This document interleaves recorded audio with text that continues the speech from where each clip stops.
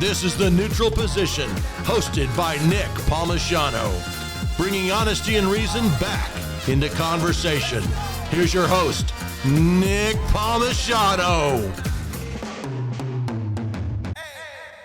Hey guys, welcome to The Neutral Position, and today we have local legend Rashad Smith from Smith's Smokehouse and Smoothies. They call me Smitty too. Awesome. You know that I don't think I've ever heard anyone named Smith called Smitty before. That's gotta be. Came from the military. My wife always say, "Oh, they ain't call you that." I'm like, "Yes, they did, babe. Like, stop hating right now. Just stop, let me have a moment." Yeah. They do. But nah, that's what. Yeah. Does your wife call you that ever? No. She's no. Does anyone call her Smitty? So I'm Smitty, so she got to. I was like, "Babe, let me have my moment." She's not Mrs. Smitty. No. Okay. Well, she actually her Instagram, her personal page, Instagram, she does call herself Sadia Smitty. Okay. She did. She added it. Yeah, she's embracing it. Yeah, she is. Yeah. Only like the public because she wants to sell stuff. Right. That's Absolutely. all about At the end of the day, we Yeah. need to sell. Slang and smoothies. They're delicious. That's right. That's right. Tell us about yourself. Well, my name is Rashad Smith, owner of Smith Smokehouse and Smoothies from Florida. Small town, Titusville. You pass the exit, one time, and that's Titusville, pretty much. I like to tell people, we're near Orlando. But I joined the military in 2013, and, I just wanted to change the shift for our family. It was actually the best, opportunity that me and my family had. And, fell in love with barbecue when I was stationed in Texas in Fort Bliss. Really? So that it started in the Army? It started, yeah. Oh, that's interesting. Yeah. I was expecting like my grandmother passed down the ultimate barbecue recipe. No, just a passion. I mean, I love to grill regardless. I'm from Florida, so that's all we do, just for any occasion. But then when I went to Texas, it was on a whole another level. It was just more of like, smoking meats, and I never knew that technique. I never heard of it. And then when I had brisket for the first time, and this was in 2014, and one of my mentors, to this day, he owns a barbecue shop in El Paso, Texas called Desert Oak Barbecue. Yeah. And he made the top 50 list, and I just motivated by him and tasted his brisket. I'm like, how you do that? He was like, it takes a long time, a lot of patience, a lot of love. I didn't know what that meant at that time. Yeah. I became, I was stationed in North Carolina at Fort Bragg. And then I tasted the barbecue here, and I just, I love the history of North Carolina and what barbecue is, but I wanted to do Texas style and my way, which is Smitty way. Yeah. And it's just. So is it like a fusion of those, or is it like Texas? It's a fusion, but it's the base is Texas style. But the fusion comes from our household favorites, which things that we actually love to cook in our household, and we wanted to share with the community. So you've got a super interesting model where we got to talk about this because it's not the local legend. I mean, it's I think proven by evidence. You know what I mean? It's not. This is not a fable. This is not a story. You know what I mean? Like he's got factual data that says Albert. He is did legendary. Anybody say that this was just a story? I'm just helping out the story. Albert is the worst. Albert is the worst. This is why I saw it. Hey, what? This is why I'm not allowed to be your host. What you're doing right now is exactly why. That's good. Anyway, Quality entertainment. your business model is weird, right? Not Yeah. You're only open a few days a week, Wednesday through Saturday. Is that correct? Correct. You open at 11. Yeah. And you close when everything's gone. Correct. And it's usually gone by like 5:30, 6 o'clock. Yeah. Most of the times before. No. So it's just Now most people would be like, well, I gotta be open more. I gotta have a bigger location, more people. You're just like, hey, this is the barbecue I've made today. You better come and get it. If you want it, That's like, right. hey, That's right. it's 4 o'clock. We're already out of 3 things. People know. Yeah, talk about that. I mean, I think the the Wednesday through Saturday thing was, we had to scout the area first. We kind of seen the traffic coming in and out, and honestly, we didn't know how we would do it in a brick and mortar setting. Yep. But once we realized, okay, you know, we're actually manning this barbecue. You know, we're chucking the wood. We're putting this on the smoker. This is not like you just drop fries and it's done. Yeah. You know, we cooked a certain amount of barbecue that day, gauged based off of, you know, numbers, data each week, you know. And I think it creates that buzz. It creates that spin that you know, I got to come back. You know, when people come in, they be excited just to say, I'm coming back to try it because they missed it, right? And that's what I want to get them to. And that's, you know, people that actually know about us and been, you know, coming to our shop weeks and weeks, they know to get that at 11 o'clock. To get the pork belly and to get the brisket because that's going. That's gonna go. When is the brisket usually going? Brisket usually going around like 2:30, 3 o'clock. Pork belly is the first one that goes, and that pork belly. I mean, this past Saturday we did what pork belly was only lasted for like an hour and a half, and then that was so just we have to go at 11. Yeah, because you have to. Albert, just so you know, Albert, he's not a vegetarian. Yeah. But he's the closest thing that you can be to a vegetarian, and like if, like for example, if we have meat in the office, like if we order, like, oh, we're gonna have barbecue for everyone, he'll eat it. But left to his own devices, he'll eat vegetables. He's like, bro, this barbecue's really good. You gotta have it, right? So from him, because he will only touch meat if it's like, you know, you have to buy it for me. Yeah. I won't buy it. Albert never likes anything. Yeah, he's also a picky, miserable human being that likes nothing and brings no joy to the world. Why you guys hating on me? Knows what he wants. Listen. No, it's not. You like your kids and you like surfing. Well, that's how I ended up at Smith's because my son. Because your son was like, please let me eat. Yeah, I want to try this. So I came in and I was like, hey, I seen your business, and I was like, because I was fascinated by it because.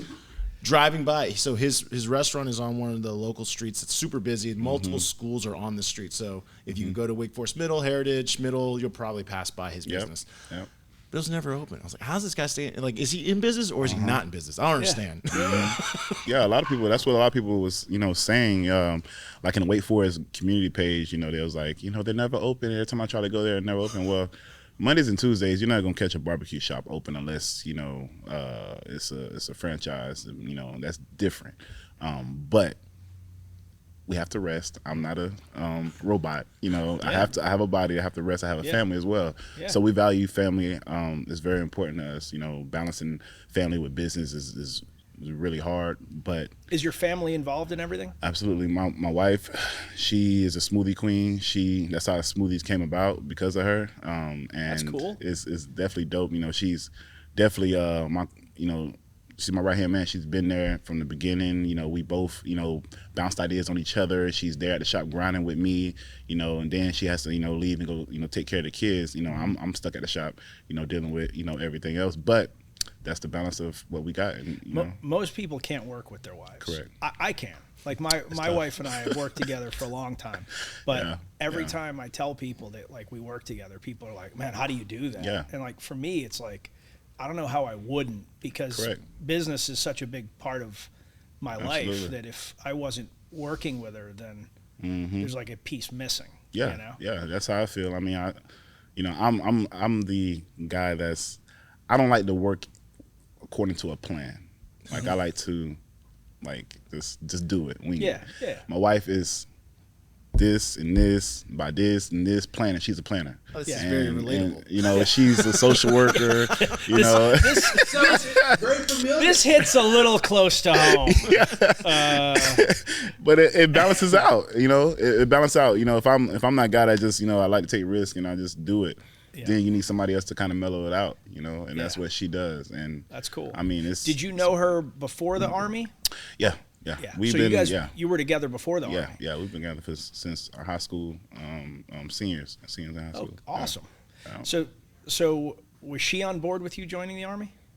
Yes, it was actually a decision that at one point, you know, it was just a breaking point. I don't know. I was working at the bank and she suggested, you know, look into the military because I just want to do something different. I just felt empty, like, you know, what am I doing, you know? Yeah, I get it. And she suggested it, and then I'm like, well, I'm looking into it. And I was a person that at the time, I said I would never go in the military. I remember they used to come to our school and try to recruit, and I'm like, I'm not doing that. Yeah.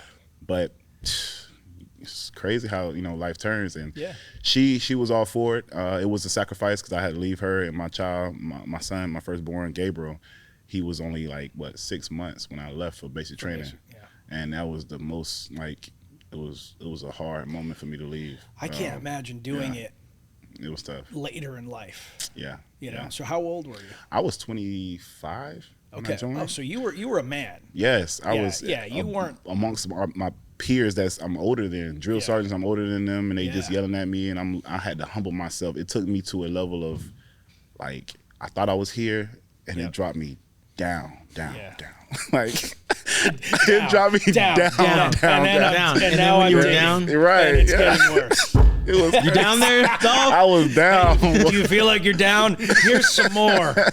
Exactly. I'm looking down at them. I'm taller than them, and you know, I'm older than them. It's never happened. I'm like, why? That's not a problem. Like not this? a problem Like, I've ever had. You know, why are you talking to me like this? And you know, I mean, I thank them for it to this day. You know, for the training that I was getting and just the experience, and it just, like I said, it was a humble experience, and I needed that at that time in my life. I needed that humble experience, and I needed to be more mature as well, and just kind of like see life in a different lens, you know. And that's what it gave me. And she's seen how drastically it changed me, not only my personality or just how I was, but I lost a lot of weight too. Yeah. Like, you know, I came back, she was like, what happened? You know, my head was cut off, you know, bald. It was crazy, but no, it was one of the best experiences I could. How'd she do as an Army wife? She did very well. She was on it. Yeah, but I mean, it was tough though when I went to the field and I went to training and stuff like that with her and the kids, and I'm just, you know, out there with no phone, you know, signal bad. I'm trying to stand on the VSAT, stand up, trying to hold my phone, trying to get a signal to say goodnight to the kids, but.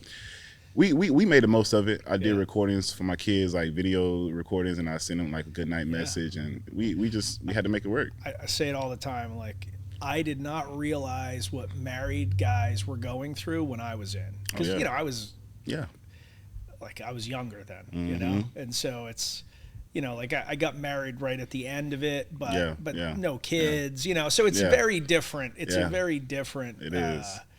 Challenge. It is. I mean, military has the highest divorce rate. Oh yeah. Like by far. No, I think like doctors. It's doctors in there too. I think doctors are worse.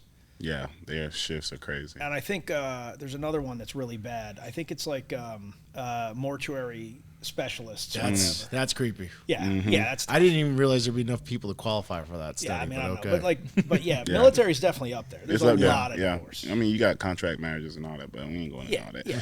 You know, I dealt with that as, you know, a leader, and I was dealing with soldiers that was doing all that, but you know, 7% military. I thought you were just yelling out numbers. I thought you were just like 7, you know, like 7-minute abs. But it wasn't always easy though. You know, she handled it. We both handled it easy, but it was not easy. Nothing about it was easy. So what made you get out? Well, I knew I wanted to have, you know, the benefits of my family. I knew I wanted to go in. I earned my degree while I was in. I got my, you know, degree that I was, you know, because I dropped out of college, you know, before we got married. It was just a lot going on, and my goal was to, you know, go to the military, get some training, get mentally tough, finish my degree, get the benefits, and then, you know, meet good people and get out. I never wanted to do 20 years. Yeah.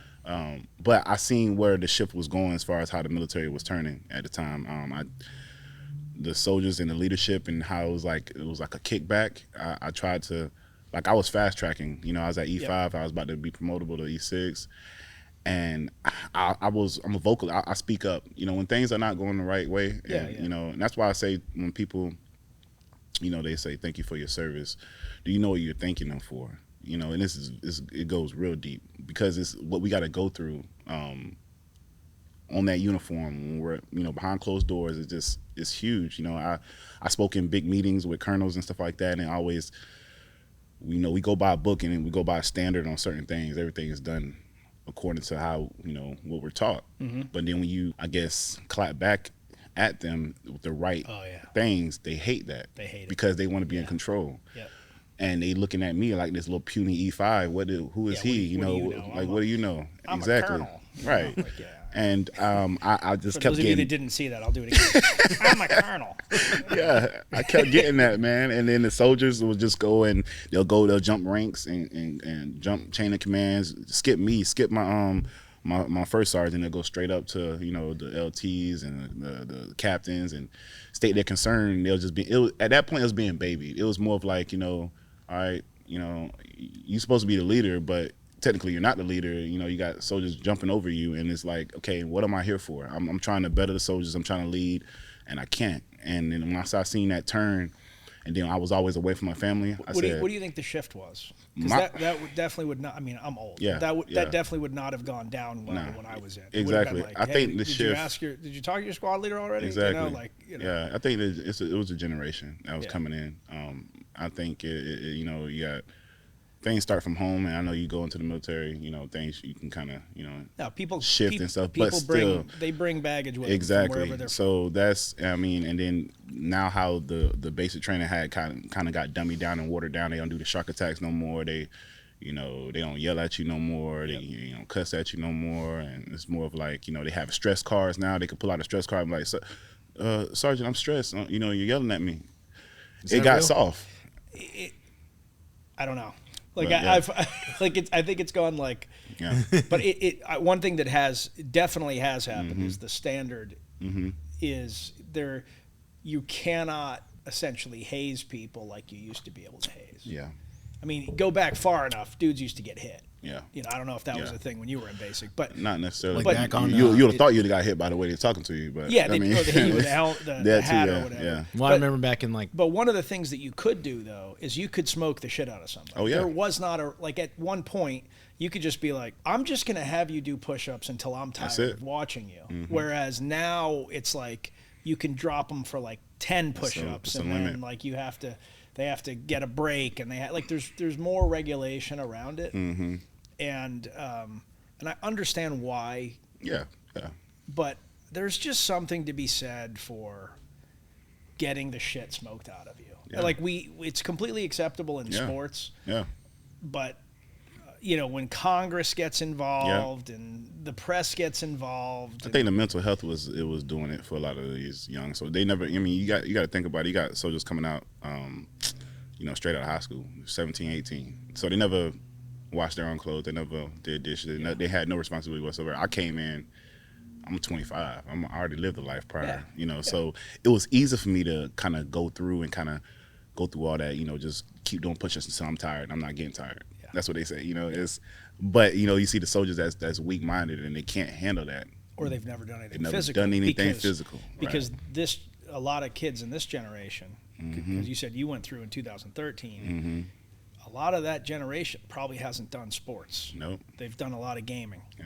Yeah, and it's just, I mean, it showed, but and like they don't. It's super weird because like, you know, I got a lot of kids. Yeah. And I got 6 kids. Okay. So I was just trying to figure out. Yeah. Okay. So I've done things where like, just, you know, like your kids' friends are over or whatever. Yeah. You're playing Frisbee or and like you watch some of these kids move and you're like, when the kids that we used to think of as like the out of shape kid or the fat kid or whatever, which, because you could say that when we were, you know, when you and I were children. Oh, I got called fat a lot. Yeah, that's fine. But the fat kid when we were growing up was way more athletic than the fat kids still play like O-line on the football team. You know what I mean? I mean, the fat kid could still like catch a football, throw a football, you know. Whereas like, you know, you throw a Frisbee to like a 17-year-old and that's like coordination, hits him in the face and you're like, oh. Yeah, what happened? Or they try to run and they can't like run and jump at the same time, you know? It's just, it is interesting that there's just less physical. And I had good leaders. Like I had a guy, Sergeant First Class Todd, and I know him to this day, and he told me, and he was on his way out, he was retiring, he was getting all his paperwork, medical. He was like, Sergeant Smith, you need to take care of your medical stuff. I'm like, what you mean? You know, in the military, you try to act all big and bad. You don't want to go to sick call. You don't want to do none of that because you just, you know, you're supposed to be tough, you know? Yeah. He was like, man, take care of yourself. Go to sick call, get your appointments, go to mental health, go to behavioral health, do all this. And you know, at the moment, I'm like, man, what you mean? And he was like, just do it. And I did it, and you know, it was the best thing because I went to go take care of things that I didn't even know I had issues with. You know, I had a broken foot this whole time I'm running. Oh yeah, a broken foot, like a broken bone in my foot, and I didn't even know. I get it. Because that adrenaline is just like you just. I had a sergeant major that did the same thing when he was like, hey, go do these appointments. I'm like, no, I feel fine, like I'm good. So I make the appointments, and the only thing that I had issues with is like I got thrown from a Bradley, and I like my elbow. This elbow is like flat. It got crushed. It's crushed, You know, but it's fine. My arm's fine. Yeah, you're good. But every once in a while, I have like a block of skin right here that just starts pouring sweat. So I was like, you know, let me get at least this arm X-rayed, and just in case it gets worse later or whatever. And they were like, you know, oh, you were infantry? Like, well, we're gonna check your spine. I'm like, oh, my spine's fine. Right. So they check my spine, and there's like pieces missing. There's like chunks like that from God knows what. You don't know what, yeah. And so my disability, like I'm like 10% disabled, does not come from any of the things that actually bothered me. It comes from like, you know, but I would have never known. It would have never been. So right now, like, I'm fine. Yeah. Every once in a while I get but will I be fine when I'm 60? Right. You know? Yeah. Like, that's what I'm saying. You know, you so it's worth going to those, even if you feel like you're like, oh, I'm good. I'm glad I did it. I mean, I'm glad that he told me to do it because I had, you know, depression, you know, PTSD real bad, you know, some little anger issues, but it was, and then like, you know, I'll be like hesitant and a broken foot, you know, and a broken foot, you know, and it's crazy, but honestly, you know, I came out with 100%, you know, disability, you know, and like I said, I built up my packet, you know, and I made that transition and then, you know, went into the civilian world. Hey guys, Diesel Jack Media has just opened up our new studio. And while we're getting things spun up, I've tasked the team with making as many videos as possible. To kick that off, we are launching a limited time $500 video option. Here's the way it works. You go to dieseljackmedia.com under video production, choose the $500 video, purchase it for $500. You get to choose one of three things. How weird do you want the video? Do you want it normal? Do you want it a little funky? Or do you want it weird as Once you choose that, you reach out to us at hello@dieseljackmedia.com. We'll write you if you don't write us, and we'll ask you to send us your product or tell us about your service. Then we execute. You don't get any say in the matter. We turn it around in 1 week. It's going to be a high quality video that you can absolutely use in an advertisement, depending on how weird you wanted it. And that's it. And so far, it's been a phenomenal product. We've made a lot of small businesses happy. If you're a small business and you need a video on the cheap featuring your product, featuring your service, or just as a joke to one of your friends or something like that, the $500 video at dieseljackmedia.com is the way to go. Yeah, I was in the military, you know, I got all this certifications, didn't mean nothing. No one cares. Nobody cares. No they cares. don't. You had to just like, it was like, okay, so you did service. Okay, thank you for the service. Yeah. All right. Not only do they not care, but they assume that you're broken. Yeah. And they assume, depending on what your job was, they assume that you don't know anything. Yeah. You know, so you probably did better than I was in that regard because I was infantry. So it's like, you know, hey, can you turn a wrench? You know, but so you get out. Did you immediately go into barbecue? When I got out, I started just playing around. My wife bought me a little Oklahoma Joe smoker, $300 backyard smoker, and you know, we moved to Raleigh from Fayetteville, and I just kept playing around. Where we stayed in these townhomes, and these townhomes were so close to each other. Like your neighbor, you can like literally walk out the front door and shake your neighbor's hand. That's how close we were. Yeah. So when I used to smoke my barbecue out back and I was playing around, I used to smell it all the time. And then they was like, hey, you do any plates? You sell any plates? And I'm like, no, but that's a good idea. I should. And then my wife was doing smoothies. She was waking up in the morning all the time, like doing smoothies. She got inspired from a tea shop in El Paso, and she started using the loose leaf tea as the base for the smoothies instead of water. So that's what she started doing. And she was going door to door to give people smoothies, and they was trying it. They loved it. Same with my barbecue. I just kept, you know, was going door to door, and they was like, get my business card, and then at this time, we just had like this little puny card. It didn't mean nothing. It was just like, we're trying to just do something, whatever, in the neighborhood. Didn't think where it was gonna go, but I mean, honestly, I kept just getting better. We had a. And were you working a job while you were doing this? I was working at the bank, Bank of America, off of Capitol, and I just. I just kept getting better as far as the food technique and everything. Videos did not help. I don't know why people say look at videos, because that doesn't help until you actually do it. Yeah, you have to. You got to do it. So you can learn videos help on a certain extent. Put it like that. I'm not gonna say they don't help to a certain extent. Put it like that. I'm big on grappling, and like I can watch a video, and that's meaningless to me. But if I watch the video and then try it and then play around with it and then go back to the video and then I can own it. Correct. I got to think cooking's the same thing. Yeah, it's the same. Like you got to do it though. You got to do it. If you don't do it, it's. And it was an expensive fail. Like I failed so many times. People, they don't know how many times I failed. Like people next door was just my brisket, crispy, dry. Well, Suze would have loved that. Just well done. Yeah. Well done barbecue. My wife's English, so that, like we should have had her on hand as you were trying. It's like, oh God, this thing is so dry. There's no flavor or moisture in it at all. She'd be like, that's perfect. Yeah. Yep. Bring that here. Super. And that's so crazy you said that. It's so crazy you said that because our neighbors were from Ukraine. And they love barbecue. Whatever, I don't care, like whatever you do to it, that thing can have burnt. That thing can be just crust, like dry. You cut open, you don't see nothing flowing up from it, and they still loved it. And I was experimenting with them, like they was No help. They was like, I'm like, I know this is not right. Oh, this is good. I cut it up and make me sandwiches and put it on this bread. This thick bread. Like, how are you eating this? But they loved it. Oh my God, it was so dry. Thick bread. Oh, it was so dry, and they loved it. They were like, oh my God, I think they like the texture. I think they like the chew. Yeah. I think that's the thing, And I just Smith's Ukrainian deli. That's right. It's on the other side of the business. yeah, Are you Ukrainian? No, Smith's but I know Smokehouse. what you like. Smith Smokehouse and Smoothies, and then you walk around the corner. It says Smith's Ukrainian Barbecue. Yeah, it was crazy, man. But I mean, and honestly, we just was going door to door, and as I was getting better, me and my wife looked at each other and was like, why not bring the barbecue and fuse it together with the smoothies and make a pairing? And this way we can educate people on how it goes as far as how it comes together for the palate. And we got kickback big time. When we first came out with it, when we actually did our license for our business in North Carolina, and we made our Facebook, business page, Instagram, and the people was like, oh, I can get a barbecue smoothie, like, in a joking way. And it was fine because it was just, all it did was fuel. To me, that sounds awesome. Yeah. Like, I immediately was like, this is a good combination that I can get behind. Yeah. I mean, it's like, we don't force you to say, yeah, you got to get barbecue and smoothies. Yeah.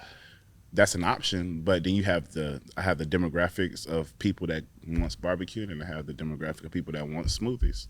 Yeah. And then, even eating a meal and heavy on you, why not get like a light, refreshing smoothie to take that down with and help with the palate? And it has health benefits and all that with it as well. Even, the barbecue doesn't much, but, make yourself feel better mentally. Wait, you telling me that blueberry cheesecake smoothie is healthy? The blueberry cobbler? Yeah. The blueberry cobbler? No. It's not necessarily healthy, but I know you got some fruit-based ones, but I did tell the guys, like, Yeah. hey, he's got some like straight up dessert smoothies. We got dessert. They're just right. pretty much a milkshake. Pretty much, yeah. And it's made from regular like blueberry cobbler that's in a cup, and then we blend it and we put blueberry cobbler on top. Oh, it's straight up it's like really it's like pie. a dessert in the cup. Mentally healthy. There you go. It's mixed fruited. Absolutely. Yeah, I feel absolutely. great while I'm eating it. Yeah. Exactly. Yeah. And so, I mean, honestly, when we came up with it, I said, well, this is a great distinction to separate us from other barbecue shops, because if everybody doing the same thing, like how are you supposed to stand out? And honestly, this came not just by like planned. It just so happened, and we just stuck by it and just lived by it, just stuck by it. All right, the whole time. So at what point do you get a place? Because you and your wife are going door to door. Yeah. You're doing pop-ups. Doing pop-ups everywhere for 2 years. We did that for 2 years. It started at the Raleigh State Fairgrounds. Did that for 2 years, selling out every weekend, going there. And November of 2022 is when we actually opened our restaurant in Wake Forest. Wow.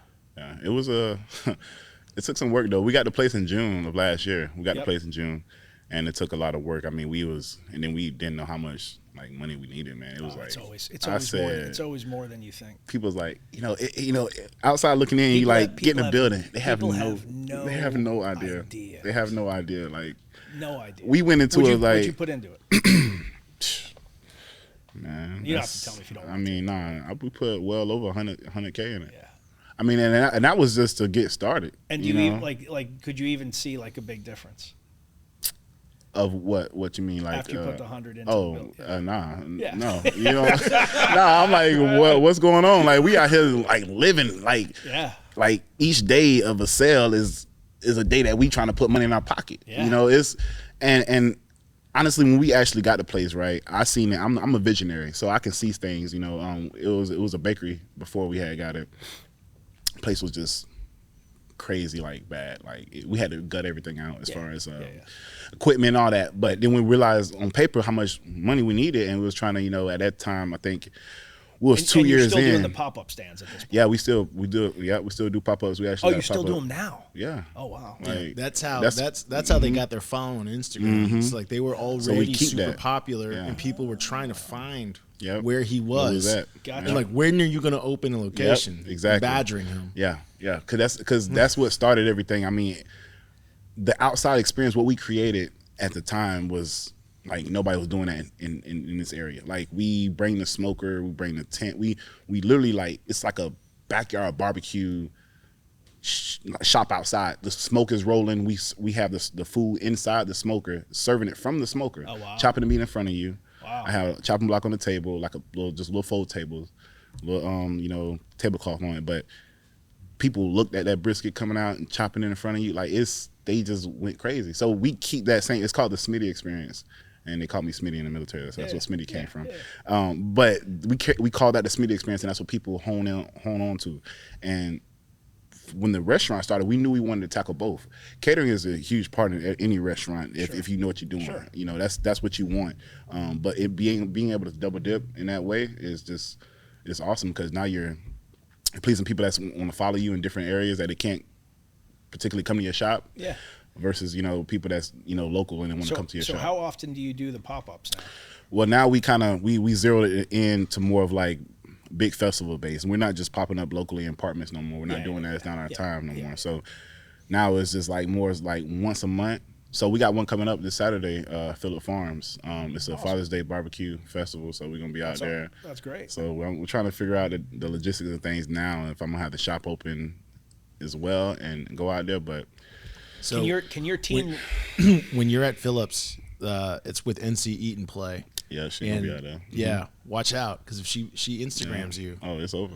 Well, she did it a few times already too. Oh, okay, that's right. Yeah, she's like a rainmaker awesome for restaurants. Yeah, she's awesome. She's from Wake Forest, so she definitely does a lot of highlights on local restaurants and stuff like that. But it's going back to the shop. It was just, as far as in your mind, you'd be like, yeah, you want to scale, you want to get your own restaurant. You want people to come to you. Being weather dependent outside was kind of tough on us, and that's what actually, sometimes we have a scheduled event on a Saturday and it's raining, and I'm like, oh, we got to cancel. Oh, there's our money. Oh, we ain't. Yep. So it's like, okay, how can we scale? So the restaurant was the way to go, but we didn't know the amount of money that was needed until we actually dove into it, and we trying to get loans. And at that time, we was 2 years in business, but it's for hard. People to look at you and say, give you some money, people you gotta have IRA, like what the tax. They were like, oh, you got to be at least 3 years or more in business to even get something. I'm like, come on, man. People think, like, people that have never started businesses think, oh, you can just get a loan. Like, it is so hard. Doesn't work like that. It is so hard to get money. Yeah, doesn't work like that. It's easy to get money when everything's going well, but when you actually need money, impossible. It's impossible, man. we actually pulled everything from our savings. And he worked at a bank. Everything. Yeah, exactly. Yeah, you couldn't be like, hey, guys. Just give me the vault. It's me. Man. You know me. Just let me get the vault. I literally work here. Just give me some. Nah, they don't care. They want to see numbers. They want to see they want to see history of the business, and Yeah. they looking at, oh, you only making this amount per week, and I'm like, well, we're a small business too. I mean, minority owned, small, veteran owned business, but they don't care about that, So I do want to ask you about that, because there is a history of banks being really shitty to black people. Did you encounter anything like that, or do you think you got treated fairly? I ask this because, and like, this isn't just like, this isn't like some woke opinion. This is like data. Like, it used to be until, what was it, 20, I think as early as 2020, a lot of banks actually still had race as a factor in loaning. So this isn't me making like, oh, you still hear stories about like black families, like they'll get their house appraised and then they'll flip out all the pictures with a white family and it'll get appraised higher. Yep, that's and true. So that's happened. Like they've caught people like appraisers red-handed doing that. That was actually happening for real. Wow. Yeah, that was happening. I remember that. But for us, let me see. I haven't encountered it like that face to face. I feel like there were hesitations as far as, okay, what kind of business you got, and they look at me and my wife. We're a young black couple, and they look at the image of what I'm a black guy, beard, tattoos. You don't run a business. You're also in a volatile sector. Yeah, restaurants are dangerous. For yeah. Oh, absolutely. Yeah. So that's another thing. So that is, the turnover rate of a restaurant, you don't supposed to last 3 to 5 years. Like, it's tanks. It's like not every small business, but most small businesses, definitely restaurants that open up, it's proven data that it is especially very coming dangerous. out of COVID, where absolutely the government just absolutely put 50% of small business restaurants out of business. Yeah, and that's what we shined at, though. Thanks, government. Right. No, it's we actually that's so crazy because during COVID, that's when we actually shined because we was outside. People was coming outside. But you guys were also doing it guerrilla style. Yep. Like, if you had a location, right, it would have hurt. It would have hurt at that time. It still bothers me to this day. Like that, it's like, oh yeah, like Target is cool, that's safe, but the bodega has to be shut down. Be shut down, right? Like, wait a second. Yeah, it's essential, Nick. Correct. There you go. It's essential. It's essential. It's essential to Target. Your small business, not essential. My barbecue is essential. Absolutely. There weren't any barbecue. It's actually good to hear that you don't think that there was anything there. So it was just the normal small business. No one cares about me because I'm a small business. There we go. Yeah, it was more of that general standard, and I think or aspect. I think it was that, and then what we did was, since we couldn't use our business credit because we didn't have no business credit at the time, what we did was we just used our personal credit. Our personal credit was great at the time. At the time, and so we that's what we did. We used it. We used our personal credit. And we got money from that, and never asked no mom, no dad. They honestly couldn't help us as much. So we grinded it out, did it ourselves. Got everything rebuilt inside. I had a seat out like small contractor people that does like handyman. They did stuff in the shop. I had like 4 or 5 different people like doing different jobs in the shop because I couldn't afford it. Just a general contractor to come out there. Hey, I need all this done. I'll pay you 40 grand. I cannot do that. So I had to piece everything up, and that's why when we got the shop in June, it took us so long. Everybody was asking us on Wake Forest Community Pay, when are they gonna be open? I see Smith Smokehouse. When are they gonna be open? I said it's coming soon. Remember, the Instagram is followed. Everybody knows. This is coming. So all right, so they're harassing. And he's cooking. So he's actually throwing up like video of like, we're making food for this group here in our shop, but it's not open yet. Yeah, that's right. Yeah. So you're getting harassed. What is it like? Tell me about the feeling of day one opening those doors. It was a lot of emotions and excitement, surreal moment. We didn't know what we was doing. I mean, we didn't. There's no manual for this. But we knew we can cook and we can bring good barbecue and some dessert style smoothies. But what we did was we paced it in our way, and the way we wanted to pace it at, which means we had the dining room shut off. Like we had like some kind of little curtain, with our logo saying phase 2 coming soon. Yep. So phase 1 was just a takeout. So you walk in, you get in line, you grab your food, and then you're out. We can conversate, talk, but don't hold up the line. You know, Yeah. you gotta go. You gotta go. But we did that purposely. You don't have to leave, but you can't Exactly. stay here. And it was limited hours at the time. We was only open Thursday, Friday, and Saturday. It was just 3 days. Why And only 3 days at the beginning? because we did not want to put out the product and not have communications in the kitchen going well. We had to like crawl in it. Like, Got it. it was just like, It's very patient. right. And we, of course our pockets didn't want to do that, but we had to. It was like, I want this thing to last. I want this Yeah. restaurant, I want this business to last as a legacy from our family. It's something that we always dreamed of doing as far as being an entrepreneur. Not necessarily being in the food industry. We didn't know that, but That's an insane amount of patience, because It I is. know my personality, Yeah. and especially after putting 100K into the place Mm-hmm. and, you know, all of the challenges of getting started, yeah. I don't know if I have the discipline to not just be like, let's go, let's get our money back. Yeah, we wanted to go full in, but we knew this was just like I'm saying, we're training staff our way, and we don't know if our way is the right way as far as like in the kitchen sense, Yeah, commercial. But we knew, and in order to make this thing go where we wanted it to go, we had to just be patient and take steps. Like the phase one allowed us to communicate in the kitchen, allowed me to function and learn the equipment inside the shop, how to communicate to the front house. You know, it helped mold the shop. And once we knew we had that down packed and we can push the line, because it started with the barbecue, then it goes down to sides, then you push the food out. It's an assembly, goes out. Yep. And once we figured that out, then we were like, okay, we can take on more. And okay, let's open up Wednesdays now. But we don't open up Wednesdays at 3 o'clock. This guy is so unconventional. Yeah. You love it. Yeah. I love it. No, everything about it is quirky, so that I think, and I don't know if it was intentional. So Rashad, you gotta tell me. So I feel like I'm always drawn to things that don't make sense to me. Correct. Like what is going on here, right? Yeah. So number one, he doesn't have a menu. Mm-hmm. Okay, so if you're listening, Rashad's family only posts pictures, which are not searchable, of what they plan to make, possibly. Yeah. So when they come in, like we got people that come in all the time and be like, "Can I get a to-go menu?" I don't have one for you because we created our board we can the change day. it. Yeah. Exactly. So we can pull it off and then we can change it on another menu item, because we just don't like doing the same thing every week. Yeah. I don't like to get bored. Can I get brisket every day? Yeah, you can. Brisket I Technically, can get every day. Yeah. All right. When you're there by 2. As long as I'm there by 2 o'clock. Yeah, that's something If that I'm lucky. that's something that we really wanted the brisket to stand out, because I mean you can't get good brisket anywhere. To me, that's you the know? gold standard. That's it. you Is know? the brisket good? If the brisket's not good, I'm like, These fellow North Carolinians are not gonna approve of you. Yeah. That's okay. what's that?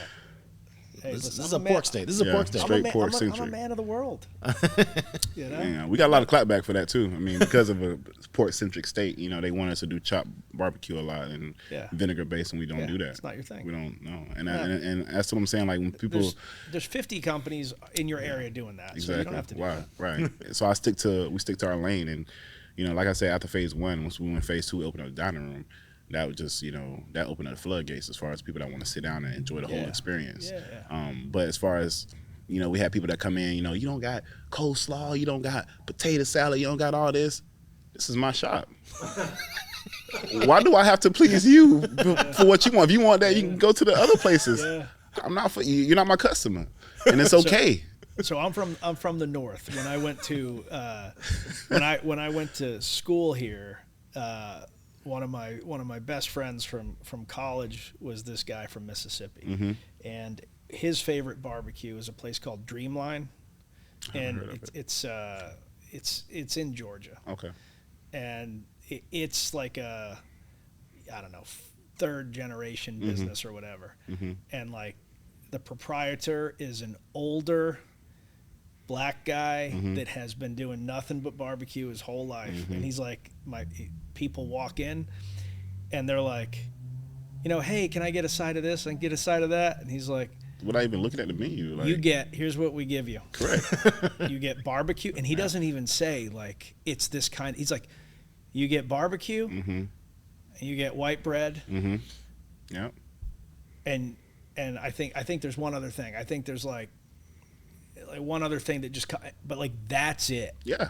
That's the menu. I mean, yeah. If you want, well, I can't get this. Like, you can get that somewhere else. That's right. Exactly. Like I didn't. And that's it. Exactly. Just like, if you don't want that, leave. You know. And that's what I'm saying. Like I mean, the new generation of. I mean, I love traditions. I love the history of barbecue and all that. But man, it's 2023, and you know, we're doing something that's different. And I'm not trying to be put in the category as, you know, what everybody else is doing, because I don't, and that's what makes us different. Like I choose what side I want to serve that day. We're not sitting here just gonna.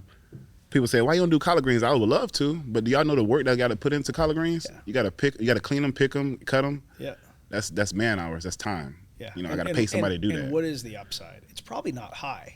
No, it's not high at all. I'm sure you've done the math. No, it's not that. Like, and like I said, it's not that I would never do it.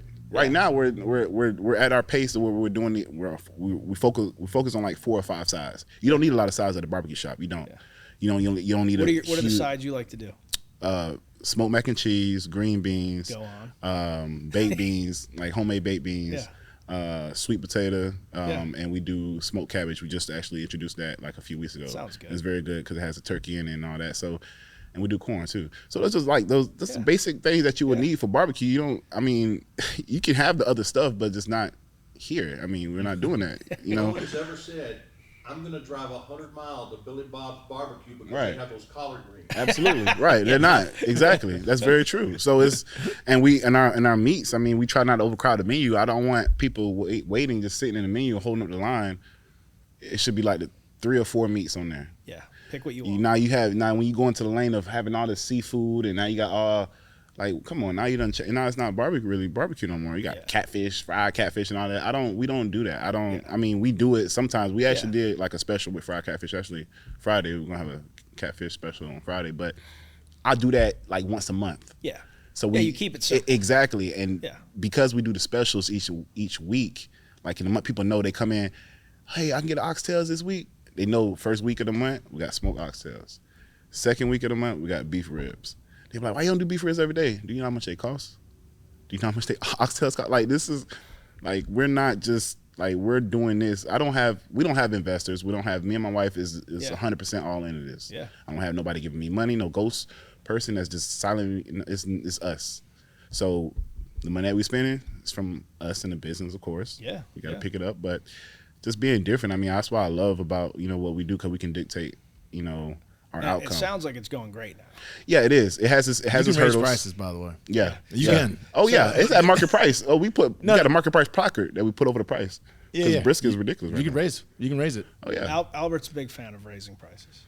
Well, if you got demand, it's a different thing. He's got demand. So if you were to charge $1, even $1 more a pound. Yeah. When you guys move, how many pounds of food do you think you move a day? 200, 300 pounds. All right, so maybe more than $1 a pound. But seriously, you should, because I don't think that's going to slow down the demand, because I think people have decided to vote on the quality. Yeah. Well, and they know quality speaks. Exactly. $1 more per item, they're not stopping. And we already done that, and we've seen the loyal people that comes in, they know what the price is, whatever. They want good barbecue. And we, you know, people write reviews, oh, they're too expensive, food is good though, and all that. Give us a 3 stars because it's too expensive. I didn't make you buy that. I didn't pull the wallet from your pocket and say I didn't force you to buy it, but you want to leave a negative review, you know. Oh, when people are ridiculous. You can't look at the comments. You can never look at the comments. I hate it. Yeah, I don't look at it no more. And I'm so, it's just like, these people, they don't understand. Like, y'all been eating, like, whatever y'all eat at home, it's fine. It's for y'all. They compare you to a chain. I hate it. Yeah. At Smithfield's. Yeah, I hate it, you know. But, you know, I try to be numb. I'm numb to it. Like, on our way here, it's crazy. On my way here, somebody had it wrote in the, on Wake Forest community page, and that's why I try to stay off it. It's like, you know, what happened to this barbecue shop? You know, any local barbecue, I can get brisket, and then in parentheses at the bottom, they put, we don't want Big Al's. It says Big Al's or Smith Smokehouse and Smoothies is not an option. So they put us in the category like they don't want to, it's not an option. They had our food or whatever. Customer service sucks.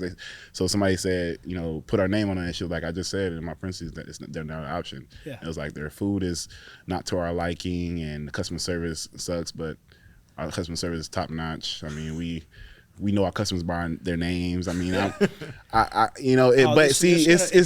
the people that's for clout. They want that to stir something up, and I'm not gonna do it. I'm not gonna jump in there. I have been on social media since MySpace. Like my first company had a MySpace page, right?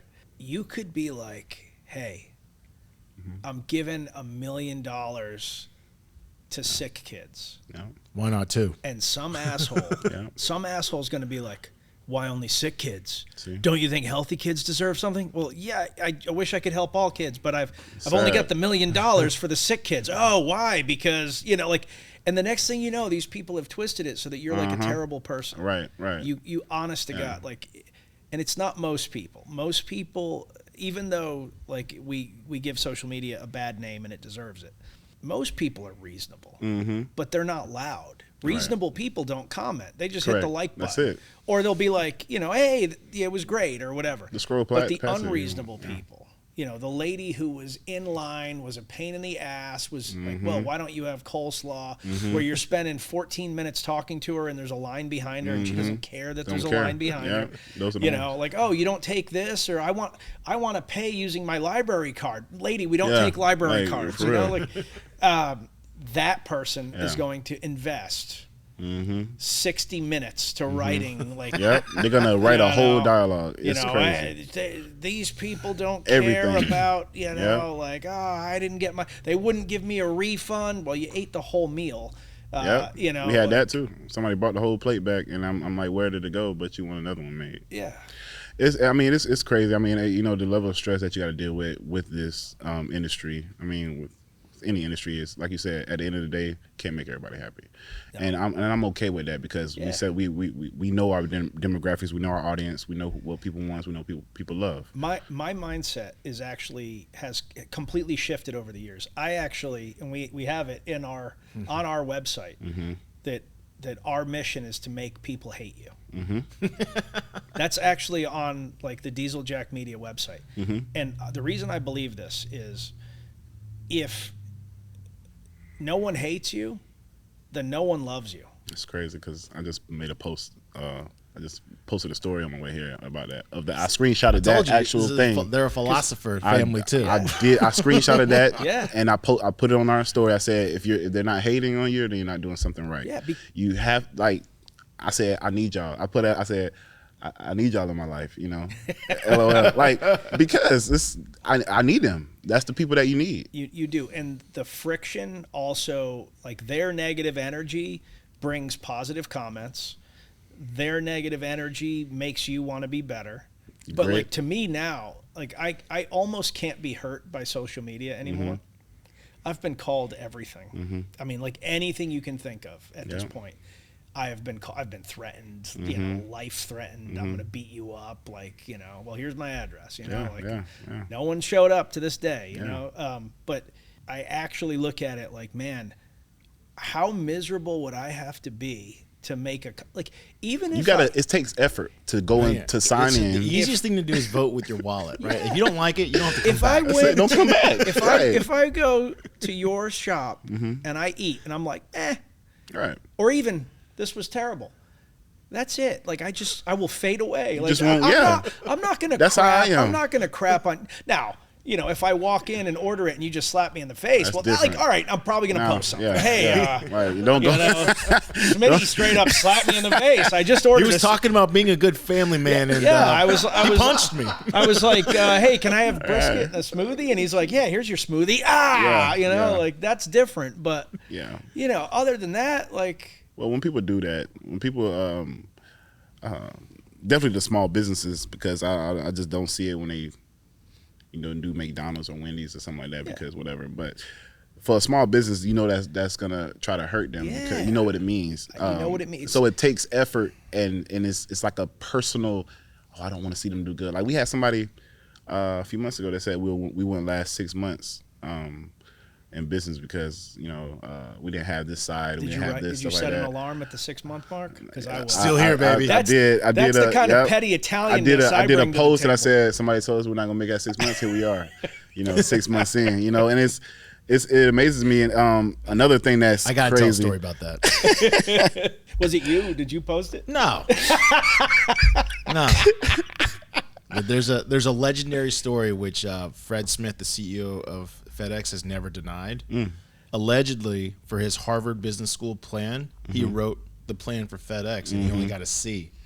And when he went to his professors and asked, "Why did I get a C?" and he says, "You can't, because it's not possible." And supposedly, he sends it every year, like, can I have an A yet? Yeah. And so FedEx. The power of pettiness. So Fred Smith, he went back. to University of Memphis for undergrad. He does not donate to Harvard. He donates to University of Memphis. I mean, also Harvard doesn't need it. Well, Harvard doesn't need it, but like that.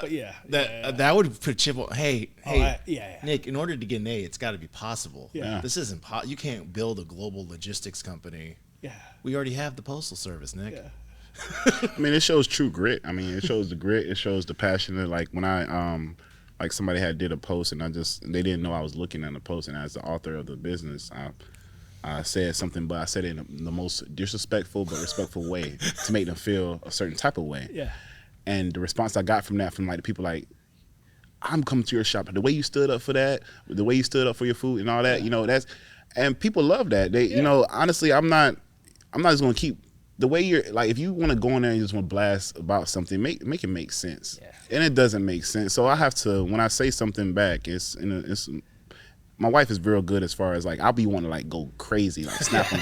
My wife was like, no, say it in the most disrespectful but respectful way. Yeah. To make them like, dang, I feel dumb. Yeah. And that's. You know what I used to do? I don't do it as much anymore because like our business doesn't get a lot of hate the way like Ranger Up used to get hate. Well, we only have a handful of customers. And also we spend more time with them, so I think it's easier when you spend more time with people. Yeah. The reality of restaurant our is customers have never been. It's got to be transactional. Like you have to do a lot of transactions. I'm just in the nature of the business. Yeah. But I mean, just general people from the internet. I take you see the movie Good Will Hunting? I have. Where he's like, it's not your fault, and he's like, no, not you too. Right, yeah. So I have a GIF of the it's not your fault saved on my phone, and anytime somebody start like, oh, you're a piece of crap, I post that GIF, and they're like, what's that even supposed to mean? And then I post it again, and I will continue doing it infinitely until they quit. Like I completely commit. Yeah. Like I have gone to like 37 posts, and finally they're like, F you, and they leave, and I'm like, it's not your fault, and it's over. That's it. For those who have wanted to know why you have not called them back or written back via email, now they know. I'm too busy doing this. Yeah, I gotta focus on the Jamie Lee Curtis post. That's right. Oh, did I post that today? I gotta check. That's why I gotta check. I tweet the same video every day. Yeah. I'm at day 1,048 or 49 now. Oh wow. So we're coming up on 3 years. Yeah, well, Mr. Beast got famous for counting to 100,000 on video. So I don't know if you guys know that was like his groundbreaking video. It was just literally him counting to 100,000. It's a long time. How long did it take him? I don't recall, but that's long. People like dedication. Oh yeah, and watch you doing it. Yep, that's a long time. Yeah, I mean like a long time. Yeah, well, I'm just saying he did it. Good for him. It worked out for him. Another one of North Carolina's finest. Yeah, it worked out for him. So what's next? We're gonna just continuously keep building. We're trying to expand our team. When the time comes, we want to be able to, be everywhere, and have the shop open. We actually we got our grand opening coming up. We haven't done the grand opening yet. Man, we're 6 months in. We still haven't done it. I mean, and it's fine. I think we got one coming up on August 14th. We have a lot of our family coming from Florida, all over. People that actually helped us along the way, whether that's words of encouragement, led us in the right direction, the people, connections, and all that. So we're gonna have everybody in the building. It's gonna be like two-part grand opening, like the ribbon cutting in the beginning, and then you got the food part at the end where people can eat and socialize and stuff like that. So we're gonna do that in August. And honestly, just like I said, just keep building a team where I can actually take a step back and oversee, look at the business as a bird's eye view. And that's what I want to do now because I'm so much in it. It's very hard to see everything. It's hard. It is hard when you're Rashad, tell Nick what time you wake up to start smoking. 3:30, 4 o'clock in the morning. That's brutal, man. And I get there and it's like, it's tough getting up. But see, in the military, I was already getting up early like that. So when I go there, no, me too. It's like a clock just flip right on. I don't either sometimes. But I might set my alarm tomorrow just to be at 3:30 to go off, so I can be like, oh man, poor Rashad, and then go back to sleep. Oh God, I'm thinking about I could be smoking something right now. Oh, but guess I'm just gonna go back to bed. I'm thinking about you right now, buddy. I'm gonna go back to sleep. Right. Nah, it's the love. Text him, hey, hope you're having fun. Going back to bed. This man shows his pillow. Just my face on the pillow. So comfortable. I mean, it's the love, though. I mean, you got to have the love. If the love wasn't involved in this, man, we wouldn't be here. I get it. You know, the getting up that early, that's the, the grind. What's the cheesy saying? Like, the final ingredient is love. Exactly. But it's true. Like, it's very true. If you love it, like if Albert and I were making barbecue, it'd probably be good. No, because we like to. Well, I like to eat. It would be so bad. I'd work at it, but like I wouldn't be so passionate that everyone is like, oh man, this is the best. Like that takes love. Yeah. Because you got to constantly iterate, and you got to be willing to question your own stuff. Like correct. Yeah. Which is hard, right? Yeah. Especially if you already got to win. It's hard to say like, all right, I know it's good, but what if we did this? Correct. Yeah. Have you thought about doing sauces or seasonings that you sell that you can scale? That's definitely what's next. I'm already permitted for my sauce. I went through the North Carolina agricultural. I already have that. That can be the game changer. I know it will be. I have to because then you can sell to anybody. Exactly, but I would not go into big retail box stores because of the people don't understand how much money they take away. It's like you got to sell your sauce at like $3 because they taking the other half. Yeah. But they do have scale. Oh, they got scale. I would look into it. I would look into it. I will definitely hone in on local shops and stuff like that. But I would look into scaling with them, but it has to make sense too. Because I think Stubbs is doing okay. Oh yeah, Stubbs. Yeah. I think he's doing all right. Yeah. I mean, I know he's only getting $3, but like, well, it's a way. Yeah, it's a way you gotta, with the sauce and the ingredients, you gotta make sure you're at the certain ingredients, and then also, if you change the ingredient on it, the flavor and all that. So it's a lot of coming. But I have my own sauce. I actually have my own bottles, I have my own labels. I gotta figure out when the right time is to do that. And then my seasoning, my blends are easy, so I'm thinking about doing that. Thinking about doing a barbecue class coming up. I'm gonna have people come out. And, that'll be a winner. See probably like a 2-day thing, or like maybe just one full day. And what are you gonna charge for it? $250 per person. Go up. I possibly could. Yeah. I don't. What would you charge for it? I mean, it's putting I'm giving them my knowledge, so it's I mean, I think you could. I would list it at 300 and then say the first class is 250 and see what the demand is, and that kind of sets a frame. People pay for that. Yeah, because as long as you, I mean, the first one's always the test, right? That's like the first one's gonna be like, do people even want this? As long as you're covering the cost of your meats, and then you're making a little bit for your time, then you'll be able to judge how much worth that. Because it'll only improve from there, assuming they have a good experience, which we'll assume that they will. Yeah, that's what they've already been asking me about it. I think people learning a new skill set like that. Definitely people that love to do their own backyard barbecue. Just little things that I do and keep it simple. Like I tell, barbecue is not meant to be complicated. People doing all these different types of briskets and all that, that's good. But if you keep it simple, then the meat it's gonna speak up. I mean, you don't have to have 8 different blends. It's the effort, though. The brisket. The effort, you can't cheat the exactly. effort. The slow and slow. You can't cheat the effort. Don't cheat it. Don't complicate it. But I mean, we're just happy to do what we're doing, man. I made a post a few weeks ago. I'm like, it's amazing to be able to serve food the way we want to serve it. The way we want to cook it, and and to this day, like me and my wife, we're not the ordinary couple that would be doing something like what we're doing. What we look like is perception is everything. But I feel like people look at us, we get it all the time. People walk in and they say, you know, they ask who the owners are and stuff like that. We have our whole picture up there on the wall. I guess it's just we just randomly on the wall. Because you're young? It's because of what we look like. It's I think black does have something to do with it too. And then we're young. I'm trying to think about a good barbecue place I've been to that isn't black owned though. Yeah. Like I'm sure I'm just being like I know it's true. A stereotype, but I got it's true. Know, so I think there's one or two. I mean, you got Rodney Scott's and in Charleston and stuff like that, but it's just not normal to see a young, like the guy walked in the other day, like legitimately said this, and it kind of, I ain't really take offense in it because he just don't know any better, but he was like, the owner previously of the baker, he said, does he own this? And I'm like, no, I'm the owner. He like, you own this whole thing? Like, kind of questioned it. It was like a hesitation, and that's because of what I look like. I go to the shop. I got my regular shirt on. I got my beard, and I'm.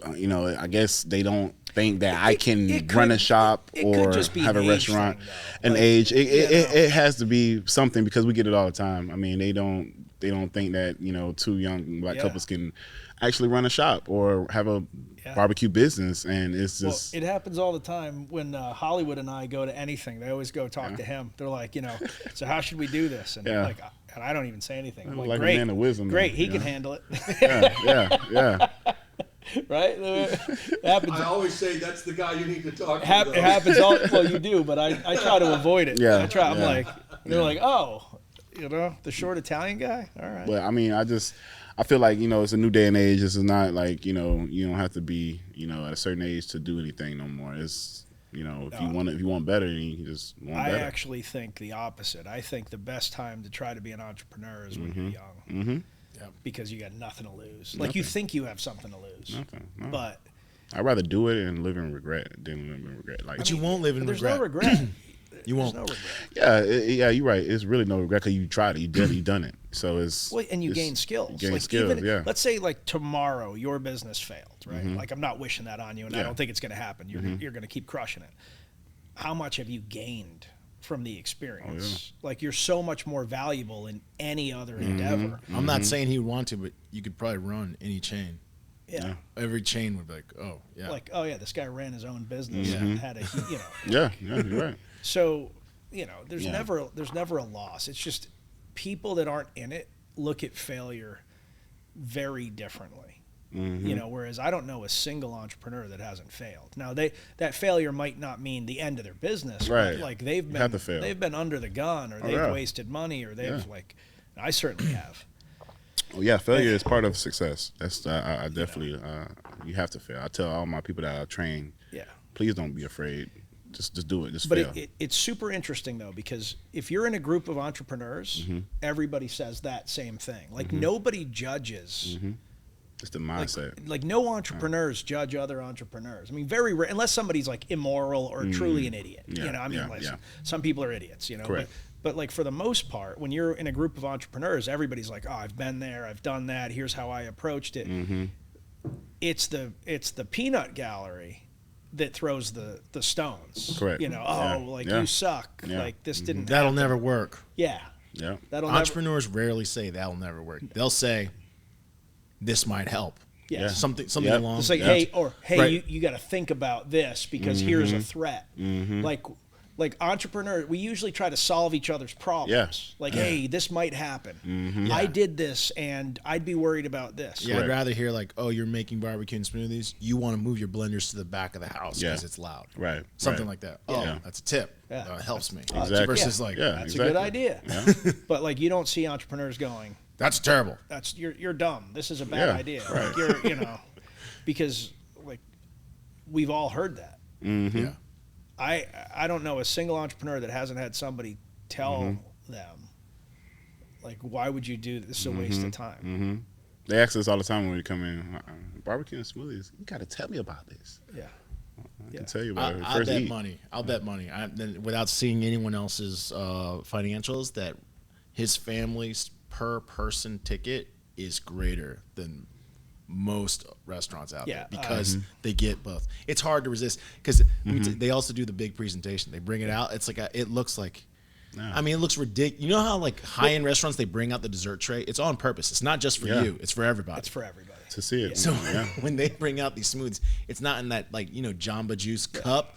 Yeah. No, dude, It's just clear. You wanna see got everything. like whatever. It's all garnished and stuff. It looks good. The other thing that I bet happens is, like, so if I go to a normal barbecue place, I'm usually picking one thing. If I'm really hungry, I'll do like, hey, give me the 2 meat combo or whatever. But if I'm waiting in line for you and I know that I can't always get this, maybe I need 3 meats today. Maybe he's got the oxtail today. Maybe I need that. You get that a lot. They sit down and they'll be like, yeah, let me get this to go, but I want to sit down and eat this because they know that when it to go is about to leave the board soon, so they want to miss out. So it's definitely amazing, man. It's smart. So you do a lot of community stuff. Talk about that. What are you involved in, and why do you do it? Well, right now we're involved with the Boys and Girls Club of Wake Forest. We did a couple of partnerships with them with the kids. I mean, I grew up in the Boys and Girls Club as a young kid, and I know the dynamic and the shift that it can help on the kids, just being, around other kids and good mentorship. My wife, she's a social worker. Well, she was a social worker, but that's where she's at her heart. She likes to help people, unfortunate people, and it's just a part of what we want to do to the community and help. It's I think it means everything. I wasn't fortunate to come up, growing up in Titusville, small city, but to be able to give back and be a blessing to a blessing, it's just I think it's everything. It means awesome. a whole lot. And you like working with kids in particular? Oh yeah, I love kids, man. Same As long as they don't tear my shop. You know the biggest problem with kids? What's that? They turn into adults. Oh yeah. You got to go in that span. You're right. It's amazing, though. I mean, it's just to see them. I mean, it's the Boys and Girls Club is a great partnership with us, and we hope to do other local nonprofit organizations as well. Because at the end of the day, we actually created this business. My wife has like a whole book of like notes of how she wants to have this whole branch to just help people, like shelter, finance, jobs, all that. She wants to actually do that, and that's what we're gonna use our platform as the business to create and drive the revenue to actually do that. So it's important. I have a number of friends, but one that talk about the need to serve. One of them, this guy Dan Holloway, who has his own very successful podcast, basically said, you will never be a whole person until you are of service. Correct. Yeah. And I do believe that. Absolutely. Like if you're not helping somebody in your life, one, like I don't think that you're human. Like you haven't committed to the human condition. Correct. But the second thing is, like, if you're not helping someone, why would you expect anyone to help you? Absolutely. Yeah. I mean, you just it has to have like some kind of purpose. Yeah. Behind it, you know, cooking meats is one part. Yeah. Talking to the customers is another thing, but one of the things that we love about our business is, when we're able to generate like outsized returns for people, so that they can, if they're a business, their business grows, and if they're a nonprofit, they're bringing in more money than they thought possible in order to execute their mission. It feels good. Yeah, it does. Like it's it's one of our statements inside the shop. We have our values at the top, and one of them is community. And that's just, people know that when they walk in, they feel the love, they feel it, and that's what. We stay. I mean, you got Albert to believe, and he's got parenting advice on his. Sometimes on his Instagram stories, they'll throw out like Smitty talk. You know what I mean? Like, I do that. Yeah, is that you or is that your wife? That's me. Yeah, I do. I love to inspire others. Like I created like 2 years ago, well, almost 3 years ago now. It's called Smitty Talk, and I will say something, and it's just like it's an encouragement, and it's also like, y'all, come on, man, like, do what you want to do in life. Do what you love. It's certain like things that and it can be just something that just hits me and I just want to say it. And it's and people, they love that because they see it and they like, I needed that today. Yeah. Or, and I have somebody like a couple months ago was like, hey, you're Smitty. You that guy that does Smitty Talks. I love to look at your quotes and stuff like that, and it just comes off the head, and it's crazy. It's like I have a restaurant. Yeah, exactly. Right. I was just following you for the Smitty Talk. Yeah, exactly. And that is so true. I promise you. I know you know me from Smitty Talk, but I also sell barbecue. Cook. Right? Yeah. It's Usually piece. it's a ill framed. The advice is typically framed.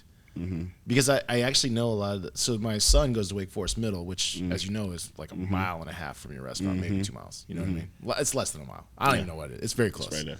Did he like just before you took him? Did he have to like win a game or something? Did you like set some? I've never brought the older one. Dylan has never come because he's ungrateful. I only brought Laird. Yeah, he's ungrateful. He's 14, so he's like snotty. You know what I mean? He's at that so age. He doesn't get barbecue. Oh yeah, I treat all my kids differently. Everybody knows that. We don't believe in equality here. Here's some rice and vegetables. That's what you get. Yeah. Well, I'll tell him to make his own food. He's like, all he knows how to make himself is like ham and cheese sandwich. You know what I mean? So, but he did say like a lot like there are people just follow the restaurant. They think it's cool, and then they of course post advice. And the advice typically, I would say, I'm not trying to bucket you, but I will try to frame it for those listening. It's typically around some level of adversity, responsibility, and then like not taking others down with you. You know what I mean? You know what I mean? Do what you want, but you can't take anyone down. My least favorite people are the negative people. Like they want to drag other people down, or they think they're owed something because someone else has been successful. You know, like somebody that has never helped you your entire life, and now things are starting to work, and they're like, "Hey, he wouldn't give me a loan." Yeah. Smitty wouldn't give me a loan. Smitty wouldn't give me a loan. Like, wait, where were you? Like, where were you? You know, were you exactly? Yeah. You know, were you swinging a hammer when we were rebuilding the place? He wouldn't donate 100 pounds of brisket to my nonprofit. Oh like, yeah. Oh, wait, the donate people. Well, we're a nonprofit. Like I get it, but like, but you're asking for $43,000 of meat. Yeah, that's what I'm saying, man. Yeah, you can't. It's definitely crazy, well. They think that you got a business, and they think that you got so much you money. Won't cater my everybody dinner for free? thinks. I'm just rich. Everybody thinks, oh, you own a business, you must just be rich. It's like, no, I'm leveraged. Did you have a big influx of people that knew you that wanted to come to your place and eat for free? Kinda. I mean, yeah. Well, it's they try to hit you with a sample thing. They want to sample things and stuff like that, and I do that to a certain extent. Yeah. Like if somebody wants a bite, so they can decide between the chicken and the turkey. Like, something like that. Well, this ain't the mall where you're just walking around with this. You know what I mean? We're not doing that. You know, it's either you want my food or no. Yeah. So buy it and taste it. You know, that's what it is. I mean. You know, because they model things after what other people are doing, and if this barbecue shop is giving out samples, you know, before you order, then I should be able to do that too. But no, I shouldn't. That's Dickies. It's a chain. But you don't do that at a restaurant. Like they think that. So Wake Forest is very. You don't go to a steakhouse and like, hey, I don't know if I want. Thank you. I don't know if I want the fillet or the ribeye. So could you give me like 4 ounces of each? For 4 ounces, like this, you just got that's a whole steak. What are you talking about? Yeah, exactly. So I don't know. It blows my mind. I mean, it's what it is. It's just people don't know any better. That's ignorance. You know. That's just lack of knowledge, and it's I just let them know. I'm like, it's good. It's good. So how was that smoothie? How was that? Yeah, it's really good. It's really good. Yeah, you should buy it and try it. Buy it and try it. I don't know if I want to. Well, when you decide. Like somebody said, can he sample one rib? Well, that's from that movie. That's from I'm Gonna Get You Sucker. Yeah. I just want one rib. I just want to buy one rib. Can I get a sip? Yeah. I want one rib. Like what? Like I want to buy one rib. Have you seen the movie? No. Oh, I'm Gonna Get You Sucker. It was like, it's a classic. Definitely a classic. Yeah. So Chris Rock's character, he never has money, you know, and he keeps coming into the barbecue. He's like, how much for a plate of ribs, you know, and like you know, the guy tells him, and he's like, oh, that's too much. How about just for one rib? And he's like, no, I don't do. And like they keep going back and forth. finally, like, he agrees to, like, some, I forget what it was, like a cup of water for like 10 cents. And he breaks out like thousands of dollars rolled up, and he's like, "Can you break 100? Like, get out of my shop!" Yeah. 1 in 3 women experiences leakage while exercising. Moxie is the first leak-proof activewear brand that is working to break the stigma around women who experience leakage. Moxies come in leggings, capris, and shorts, making you feel comfortable working out however you like to work out. This woman-owned business makes all of its products right here in the old US of A. Visit gowithmoxie.com to get a pair for you or the woman in your life. That's gowithmoxie.com. Well, we're going to move to our fast question round now. Okay. Fast questions. Yeah. Ask questions. Rapid fire questions. So the way this works, Have these been sorted for you? I don't know. We'll find out. If I Did don't we like the filter? question, I'll just throw it on the ground. Oh, you're supposed to wear that. This is a new thing Teresa started, Albert. You're supposed to wear these during the fast question round. I don't know why, but Teresa started this. Rashad further support echoes my sentiments. I would say is like make no exceptions. Mm-hmm. Just don't. Like, because you make exceptions, then all of a sudden it's not clear. Like, well, what's my statute of limitations of these exceptions? Mm-hmm. So yes, you made an exception. You brought Laird to the barbecue place. no, I liked him. That was intentional. That's completely intentional. Mm-hmm. I stuck to my guns. If you're going to be ungrateful like Dylan, you don't get to come. Is that forever? Until you're not. You can ask my daughter. I tell them I have the favorite of the day. Like you can win a day. You can win the favorite of the day. Is that true? Are you the favorite of the day most days? I bet you are. But you can also lose the day too. If you lose the day, you get nothing. Don't ask me for something. Let's have a little fun. Yeah. All right, Questions. here we go. Rapid fire. All right, Awesome. Teresa has started the Rapid fire shades. rapid fire shades are on. All right, the first question I always ask everybody, and the whole idea here is you got to answer in like 10 seconds. So you can't think about it too much. Okay. What's the toughest animal that you think you could defeat in hand-to-hand combat? A rhino. Oh, rhino. Rhino? Rhino. That's like 5,000 pounds. That's a lot of animal. That is a lot of animal. I Do you think you could smoke a rhino? I just watched a video of a Possibly, bunch of girls trying to attack a steer in rodeo. Let me did tell you not go something. well. It didn't work. What is your go-to karaoke song? It's getting hot in here. Okay, we're going to need 10 seconds of it. Really? Yeah. Everybody does it. Everybody does it. Here we go. All right. It's getting hot in here. So take off all your clothes. Come on. My clothes off. It's All right. getting hot. I think we've all had enough of that. Is Nelly's job safe? I know I think he's retired. Is Nelly retired? I don't know. What's been your favorite age I think so he far? retired at Band-Aid. Your favorite age so far? Favorite age? 16. I'm not going to ask why. What's the most interesting place you've ever been to? El Paso. El Paso, Texas. If you could invite 3 people to dinner, living or dead, who would you invite? My mom, my wife, my dad. There we go. Man, that was very safe. I feel bad about I feel lesser of myself. Everyone else, because I'm it's like Shakira and George Washington. Like we all, he comes out with the nice, kind, I see what you're doing here. I see what you're doing. How many 7-year-olds do you think you could fight off before they'd overpower you? Probably like 30. 30. Yeah, them things, they big now. These kids. Kids are getting bigger. Which celebrity would you most like to switch lives with? Chris Rock. All right. What's the worst piece of advice you got when you began your startup? Probably just do it. Just do it. As far as That's the worst piece of advice?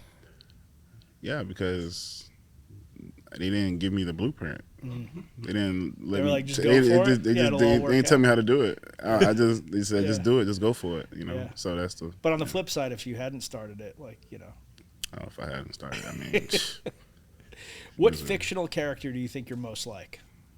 Daffy Duck. All right. What would be your weapon of choice in the zombie apocalypse? A 50 cal. Good choice. Name your top 3 favorite cars. The Audi, the the Bentley truck, and I want a muscle. It's a Nova, 69 Nova, Chevy Nova. Nice, good answer. What has been your favorite book that you've read in the last year? I haven't read a book in the last year. Man, you got to read a book. I'm going to get you a book. I listen to podcasts a lot. I'm going to give you a book. I haven't read a book in the last year either. I really haven't. I just listen. I listen to podcasts. I don't like reading books, man. They're too long. They should be summarized in like 6 to 10 sentences. I'm going to give him a Scars and Stripes. Yeah, that'd be great. Way to be humble. Yep. Well, I did write Not a sure book. if you know it, but I wrote a book. I mean, we've got boxes of them here. We got So boxes right here, right? gonna give you a book. Yeah. All right. What's your guilty pleasure or something you're embarrassed to admit you like, and it can't be smoothies? I like smell of gas when pumping gas. Okay, you know that's weird. Dangerous, right? Very dangerous. You got to be careful from that. You got to be. I mean, not like sniffing it from but like, I mean, while I'm pumping it in the gas, it's just like, the aroma. I see Rashad over there. Like, he goes to a fancy dinner date with his wife. He's and he's on like, the side. I got you this new perfume. And she's like, it smells like gasoline. He's like, Yeah. But a lot of people like the smell of A gas. lot of people. You're not the only one. Yeah. What's one job no one could pay you enough to do? I can't be the porta johns. You're not in on that. And kind of sucking the stuff Yeah. out. Yeah, I'm not doing it. I'm not doing it. There's no amount of money. There was no hesitation on that. No. Hey, Yeah, that came fast. Yeah, that came real quick. Yeah. I met a guy that his boat in the Outer Banks is shit pays. Yeah. Like that's what he does. Yeah. Hey. God He bless ain't him. lying. You seen the show The Dirtiest Jobs? Oh yeah. They had one on there where there was the plane. The planes come in and they got the people coming in and they got to get suck the poop. I'm like, yeah. And I think one of it, the person didn't latch on right, and it just started like. There's no way. That is a dangerous job there, man. And that's like, if it's like the summer and you're in the tarmac, it's super hot. Oh no, I know. You're probably. Too, so it all goes down. It goes down. It's down inside. Hey, That's what I'm saying, man. hey, bless up to those that do. Yeah, for real. Bless up to You're those a real that do. one. We need you. We need people that We are do. willing to do the We do. dirtiest jobs. We That's appreciate just the way it goes. We appreciate you guys. Rashad Smith, it has been a pleasure having you on the show. Can't wait to get down there and try Oh yeah. Smokehouse and Smoothies. Yeah. Smokehouse Smoothies. Smokehouse and link Smoothies. all. Yeah, We'll we'll link post everything. all your socials on our show Yep. notes. In fact, we're doing a new thing where we make the editors put the names in like the weirdest way possible. So you can see his website here, and then you can also see his Instagram handle and his business's Instagram handle right here. There you go. And if you're local, stop by and buy something. Don't ask. We That's right. sent nobody to get a free sample. Yeah. Okay, if you're going to Rashad's business, buy something. Buy There something, you go. preferably 3 to 4 meats There you go. and a smoothie. Yeah, don't be asking for. Oh, I saw you on podcast. Could I have a sample? It's like He no, said I gotta have a free sample.